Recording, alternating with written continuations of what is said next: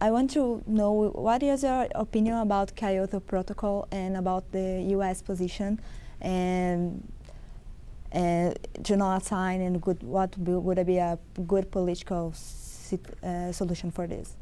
Climate change is clearly the sort of preeminent commons challenge of our time, and it is a commons challenge, and that means it clearly changes the landscape. You can't just deal with it on a local basis.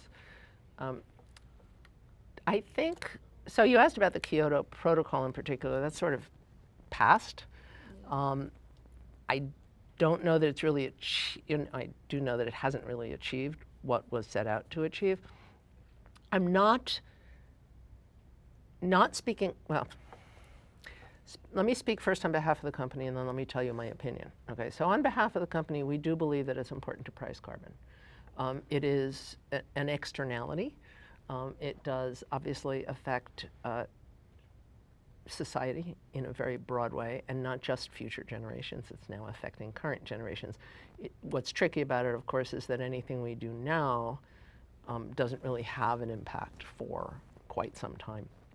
We do think it's important. We think that it's important that it be priced in a way that levels the playing field, so that companies that are investing heavily in reducing their emissions aren't being penalized for doing that. We think it's important that it be done in a way that's predictable, because frankly, unpredictable costs are really worse to companies than slightly rising costs. And that predictability, if you really know what the price is going to be, or at least are on a plausible trend, that can unleash capital investment in innovation. And innovation has got what it's got to be all about, right? And it's not just innovation meaning entirely new technologies, but it may be innovative, in fact, frequently is innovative business models for applying those technologies. So that's our broad position, and it includes the fact that we believe that international collaboration, cooperation, negotiation are critical, and that it's critical that we set national goals. Now, specifically with regard to what those international policies ought to be, as a company, we have not taken a position on that. We're not experts in that at all. On a personal level, I do think that we stand more of a chance of moving it forward if we treat it like trade and create multilateral and bilateral agreements that create the same kind of pull that the supply chain, sustainability creates by driving it, instead of through the supply chain, by driving it through international agreements. And I think that has a better chance than one global agreement. And for that reason, I'm very heartened by the U.S.-China agreement, and hope that just is a starting point for what has to happen. So you said that EMC is also in data analytics, right? Yes. And I've done some kind of research in data analytics. I did a project in that, and I know it's the next big thing. I mean, most of the innovations likely to be carried out in data analytics. So I'd just like to know what kind of business data in data analytics that EMC carry out. Is this only just supplying software modules, or you do take up individual projects and carry out the data analysis and find out the results? So EMC is actually, has what we call the Federation of Companies. So it comprises a couple of companies and brands that together are driving toward a particular vision of the next generation of information technology. Okay. The three companies involved, one is EMC, within EMC what we call EMC Information Infrastructure, and that's the storage infrastructure, and that's clearly a key part of it. Big data analytics with the volume of data and also the speed of data actually requires some difference in the underlying architectures in order to best take advantage of that. So that's a huge part of the EMC offering. Then there's VMware. I don't know if you're familiar with VMware, so a software company that really commercialized virtualization. And EMC owns about 80% of VMware. And so that virtualization, that software-defined data center infrastructure is going to be critical in terms of access to that data. But where the real sort of heart of the data analytics is in a company called Pivotal. And Pivotal really has three elements to the business. One is software for enabling data analytics. The second is actually software as a service, which is a big data applications, it's actually, excuse me, platform as a service. So it's a big data analytics development platform that's provided as a service. And then the third element of that is Pivotal Labs, which actually does agile development of applications. My question is a little bit technical. It's about data demand is growing exponentially, and we are using the same technology for so many years, the mechanical hard disk. For example, the SSD drivers are not going to be able to compete in capacity, neither in cost, but it will be a great improvement in terms of consumption that will really make a change in the sustainability of EMC. Mm-hmm. How much do you think we are going to keep having this technology, this HD and HDD technology in terms of cloud computing and servers and that stuff? And what will you think will be the next technology? I'm not the right person to answer that question. Mm-hmm. The exact question, which is what will be the next technology and when will we stop spinning disks, basically. However, let me say that it's not quite as dire as you make out for a couple of reasons. First of all, the actual hard disk technology has substantially improved over the years. We've gone from a couple of meg to a couple of terabytes on a spindle. We have much more energy efficient disk drives, and we're using software to do things like spin down disk drives or put them into more quiescent states, and you see that in your own laptops and so on. So that's not so bad. What's more important is two things. From a hardware, it's a hardware-software combination point of view. And that is what we're seeing is with the SSDs, the solid drives, and with what we call fat drives, which are the slow, big ones that can, they have a lot of capacity. They use much less energy because they turn more slowly, and so that their profile of energy consumption per unit capacity is much, much better than your traditional disk drive. That combination of the two, overlaid with software that can move hot data to the SSDs and cold data to the big fat drives, can dramatically reduce energy efficiency, and it actually increases performance often, when properly implemented, because you're actually taking the cold data away from the hot data, so it's not competing with that cold data, and it actually happens on a very granular level. So software, when you combine that together with things like compression and data deduplication and so on, software is doing a lot of the management of that data growth. Mm-hmm. So it's not quite so dire, but yes, there certainly are drivers to continue to find ways to manage the data growth such that we're not having a commensurate increase in energy consumption, resource consumption, footprint cost, management cost, and all the other costs associated with data. Mm-hmm. So EMC works on several sectors like hardware, software, infrastructure, services, cloud computing. Security as well. Your job is to promote sustainability across all those sectors and probably across the globe. Have you find any sector that is very challenging to improve? That's a very good question. Sometimes the harder things to improve are the things where it's not so much a sector as it is the function. So, having engineers understand the role that they play. For example, we put in place in 2013 a review of every product before it goes out the door. And we've actually set goals. By the way, we've set goals for energy efficiency of the hardware as well over time. But we look at every product and do a review of the product, particularly from an energy efficiency and energy manageability point of view. And without a doubt, we've received emails initially when we started doing this from groups that said, we don't need to do this because we're just software. And we've had to come back and say, no, you do need to do this, because how you design your software affects how you use hardware.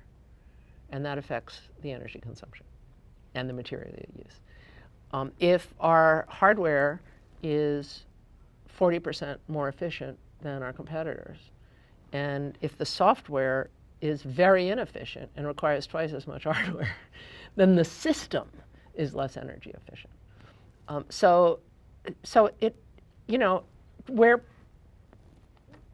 the impact is one step removed, it's a little more challenging to explain to people. Another example is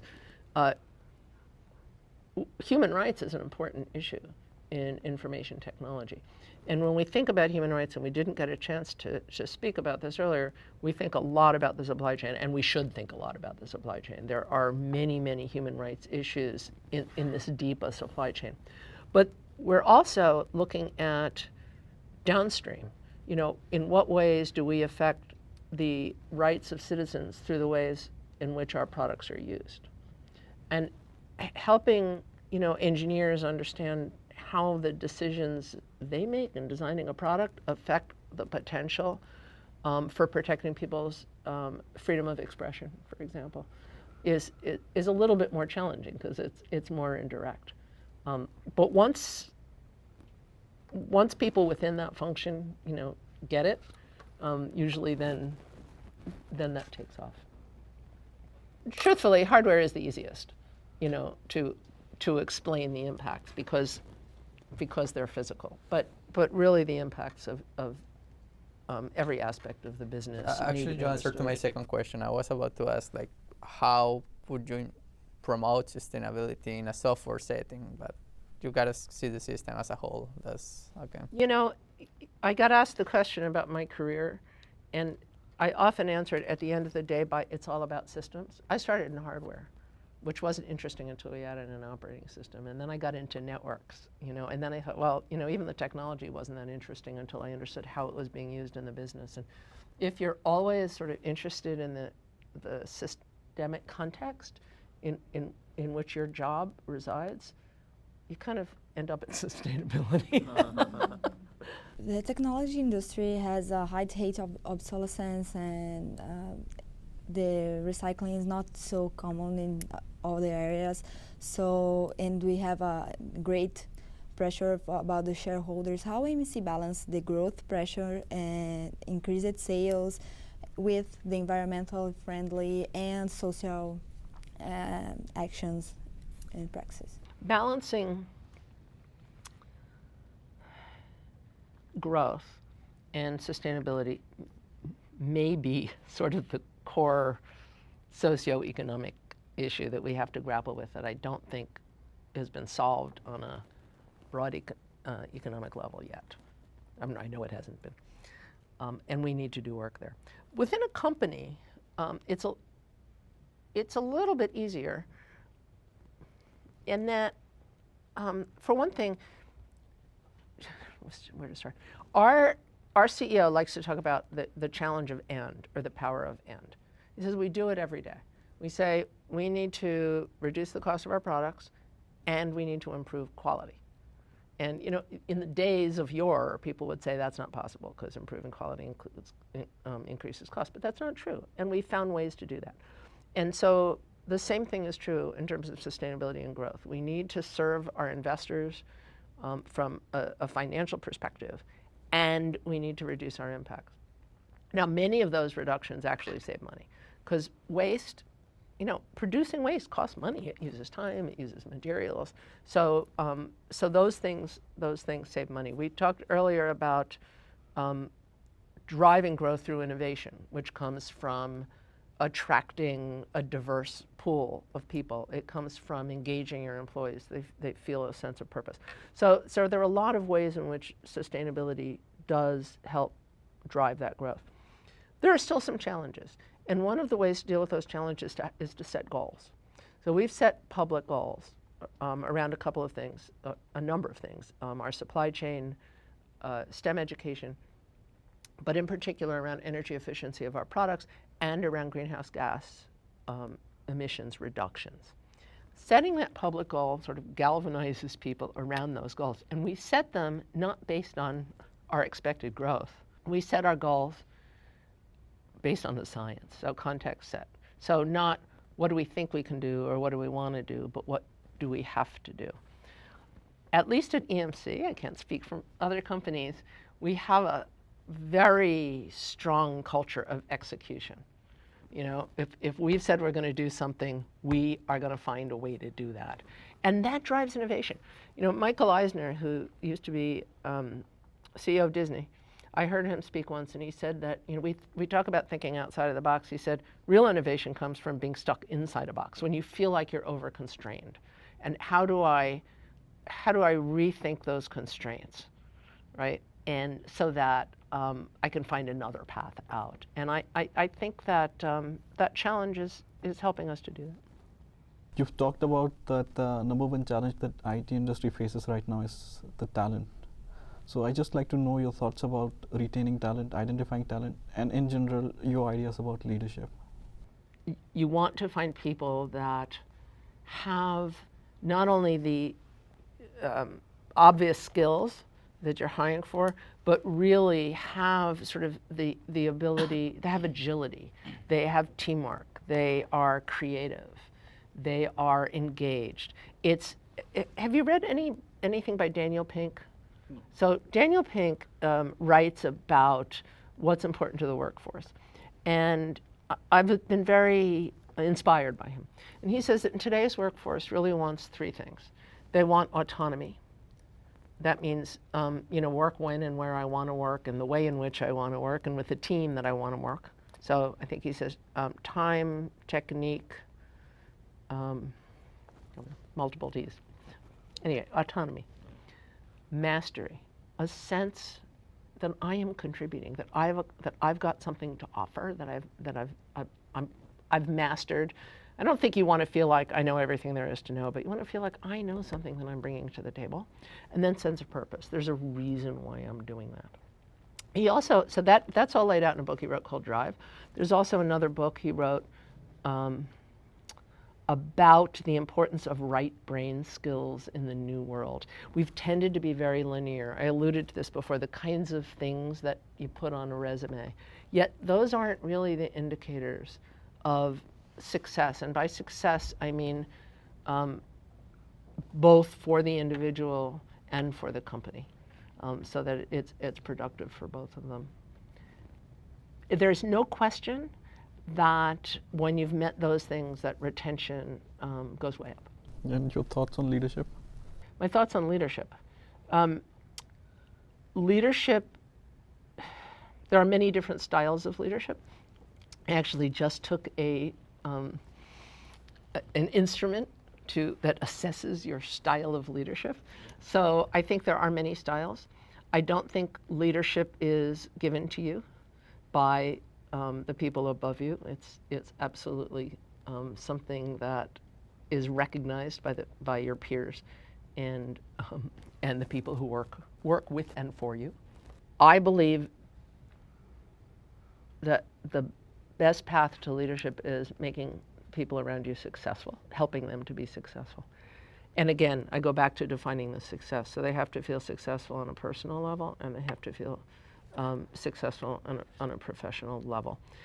There are people who say that's what I do, when what they mean is they think that making people successful means just do whatever someone higher than you told you to do. You need to make them successful, and it is undoubtedly good for your career to make your boss successful. But I really think the leadership comes from making your peers and your workers successful. Related to the new developments of technology, for example, electric cars, solar panels, or whatever, usually they have a kind of trade-off between, in the first steps, there is some undercover process that makes them not really sustainable. For example, in electric cars, manufacturing the batteries is really disruptive for the environment. as a sustainability manager, what would you do? Progress and do the developments, the early developments, for the sake of developing that system, or would you like to wait until the whole process is greener than the one that was before? I think it's absolutely necessary to invest in innovation and experimentation. Yes. Somebody has to do that. And furthermore, I think somebody has to engage in it. So not only do people who are doing it have to invest in it, but consumers have to invest in it. And yes, I drive an electric car.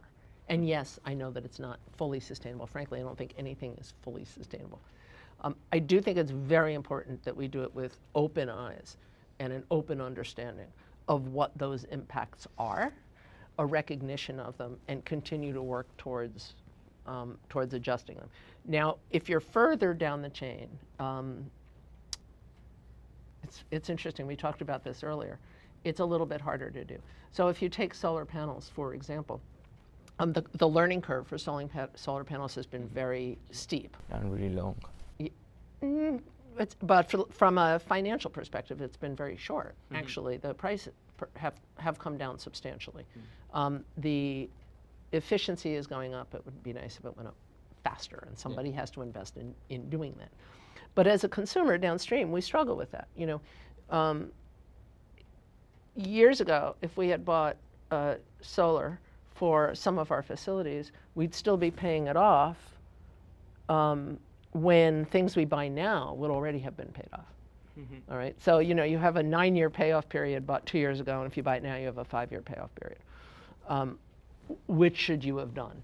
You know, so I think it's very important, really, to consider the entire life cycle, and then make a conscious decision and know why you're doing that, and then look back and measure and see whether it achieved what you set out to do. But if you wait for the entire system to be perfect, nothing will move. Mm-hmm. Just like the international agreements, if you wait for that to be perfect, it's not going to happen. Mm-hmm. Regarding that, for example, in Europe, when there is a really great restriction about solar panels. Yeah. So if you want to buy a solar panel in China, you are going to have to pay a lot of taxes in order to make the costs equal. Right. Because China is not really sustainable. So there are a couple of things embedded in there. When we talked about the agreements, I talked about leveling the playing field between companies, but we also have to level the playing field between countries so there are no free riders. Mm-hmm. So I agree with you. And I think that tying this a little bit to trade makes sense. I'd be a little bit careful about China's not sustainable. Well, guess what? None of us are sustainable, but they're also investing more in it than anybody else is either. So I'm not sure which way to go on that one. You know, yes, they're building a coal plant every, I don't know what the numbers are now, week, 2 weeks. You know, on the other hand, that somebody needs to invest in driving that learning curve on solar and wind and biomass and geothermal, and China is actually investing a lot more in it than many other places. So I'm a little bit ambivalent about China. I can't put them in the completely the bad guy or complete good guy category. They're both. I always remember what they said, that like Western world didn't make sustainability actions for a century. Why should we do now? Right, and that's you can certainly understand that, and it's really important to allow opportunity for people in other parts of the world. And so the question is, you know, how do you develop economic opportunity and healthcare and education, you know, opportunity, which are really critical just from a humanitarian perspective, never mind for business and social stability and all of those things. I mean, how do you do that in a way that's more sustainable and is also fair? Mm-hmm. Unfortunately, it is going to take, it absolutely is going to take commitments on both the developed and developing worlds. And the developed world, yes, we have to do more than our part. I mean, we are, especially here in the US, we are terrible over consumers. And I don't know if you've ever looked at the Global Footprint project, and the U.S. is at something like 4.5 times what an individual share should be of using Earth's resources, and we need to understand that and find ways ourselves to be more sustainable, but not, but at the same time, work together to provide these, foundational societal services for people in developing countries. You always talk about solar energy, but still existing some constraints about the cost and about the technology to produce. In your opinion, what would be an alternative energy for this issue with less pollution, but with a production like? So at the moment, I think we have to pursue exploring all of them, because in different places they'll be different. Some places tidal energy will work out well. Geothermal is wonderful in some geographies. I still think solar is going to be huge, particularly in continents like Africa, where there's so much sun to be harvested, but we have a lot of technology work to do on that. At the same time, this goes all the way back to your policy question. One of the reasons I believe it's important to price carbon is to really create that initial investment that reduces long-term risk. And there is a long-term risk associated, obviously, with greenhouse gas emissions, long-term risk to society. And we're not counting that into the business cases that we're making. And so that's why we're starting now to apply a shadow price of carbon that is our best current estimate of what the economic cost is to the company of having higher emissions. So hopefully that will drive more investment in renewables. At the same time, we are signatories to a set of principles that was produced recently called the Corporate Renewable Energy Buyers Principles that we're using to sit down with utilities around the US to say, these are the things we're looking for. We actually don't want to become energy producers. I'd be just as happy if my utility could offer it to us. But we have to have high confidence that it is sustainable, or pretty sustainable, comparatively sustainable, and that it's additional. So that if we're paying for renewable energy, it's causing more renewable energy to be generated, as opposed to just taking a share of something that was going to be produced anyway due to legislation. So, so these kinds of conversations are underway. We're not dictating what's the technology, but it does need to make good financial sense, taking into consideration the cost of greenhouse gas emissions.